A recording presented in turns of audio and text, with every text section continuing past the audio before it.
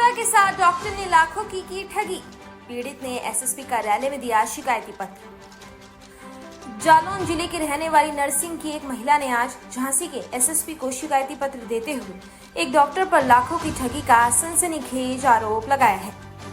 पीड़िता ने शिकायती पत्र में कहा है कि वह झांसी के मेडिकल कॉलेज में प्रशिक्षण प्राप्त कर रही थी। इस दौरान एक डॉक्टर से उसका परिचय हुआ। बाद में उसे डॉक्टर ने अस्पताल शुरू करने का झांसा देकर उसे प्राइवेट नर्सिंग होम में पार्टनरशिप का ऑफर दिया और 25 लाख रुपए निवेश के नाम पर हड़प लिए। बाद में पता चला कि डॉक्टर कोई नर्सिंग होम नहीं खोल रहा और उसने पैसे ठग लिए हैं। जब डॉक्टर को फोन किया तो डॉक्टर ने मोबाइल नंबर ही बंद कर दिया। पीड़ित ने थाने में शिकायत की तो पुलिस ने कोई कार्रवाई नहीं की। पीड़िता ने आज एसएसपी कार्यालय को शिकायती पत्र देकर ठगी करने वाले डॉक्टर के खिलाफ कानूनी कार्रवाई की मांग की है। वहीं पूरा मामला नवाबाद थाना क्षेत्र का बताया जा रहा है।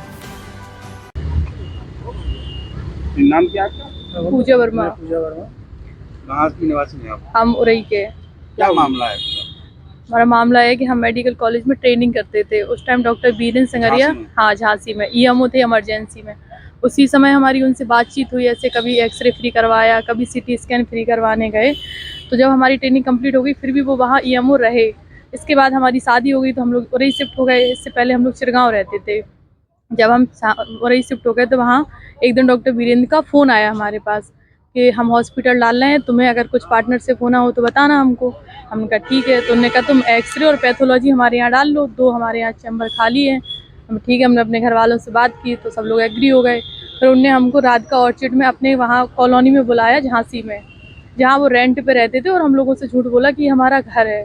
हम लोग वहाँ पहुँचे तो इन लोगों ने हमसे 5 लाख का एग्रीमेंट कराया एक्सरे का, फिर 5 लाख का कराया पैथोलॉजी का। दोनों एग्रीमेंट हमारे हो चुके थे और हॉस्पिटल भी इनने हमें डॉक्यूमेंट दिखाए सारे कि ये हमारे डॉक्यूमेंट से हमारा काम चल रहा।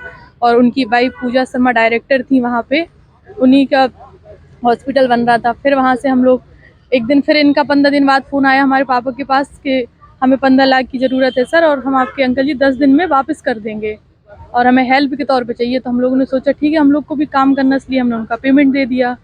15 लाख रुपए ले लिए। 10 दिन भी निकल गए, महीने भर निकल गए। हमारी सिस्टर इन लॉ की शादी भी थी। हम लोग ने पेमेंट मांगा, इन्होंने कोई पेमेंट नहीं दिया।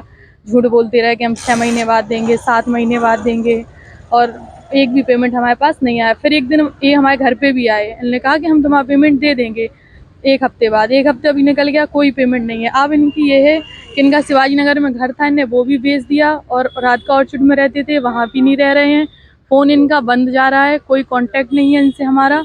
और व्हाट्सअप कॉलिंग पे कभी मैसेज आता था, अब कोई मैसेज नहीं है। मैसेज में इन्होंने लिखा है कि हम तुम्हारा पेमेंट देंगे, रिकॉर्डिंग भी है हमारे पास।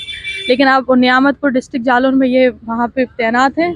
वहाँ भी अभी 2 दिन हम लोग जब वहाँ पहुँचे तो वहाँ कहीं भी मिलते नहीं है। अभी 2 दिन पहले पेपर में निकला था कि वहाँ अब्सेंट पाए गए ये। तो आपने इसकी शिकायत कहाँ की? हमने नियामतपुर थाने में की है, लेकिन वहाँ डॉक्टर साहब को बुलाया गया, लेकिन कोई हमें ऐसी सुनवाई नहीं हुई। फिर उनको छोड़ दिया गया वहाँ से। वहाँ भी उनने हमसे बोला था कि हम तुम्हारा 10 दिन में पेमेंट दे देंगे। 10 दिन से उनका फ़ोन बंद है, कोई बात नहीं है उनसे। व्हाट्सअप कॉलिंग जाती है लेकिन कभी उठाते हैं। हम आज एसएसपी ऑफिस आए थे उनकी शिकायत करने। क्या क्या आश्वासन मिला? आश्वासन ये कहा कि आगे जाँच करेंगे। आप क्या चाहते हैं? हम ये चाहते हैं कि उनको पकड़ा जाए कैसे भी करके, उनका फ्रॉड मामले में बहुत नाम है। और लेटेस्ट अपडेट के लिए सब्सक्राइब करें वेलकम इंडिया न्यूज़ चैनल।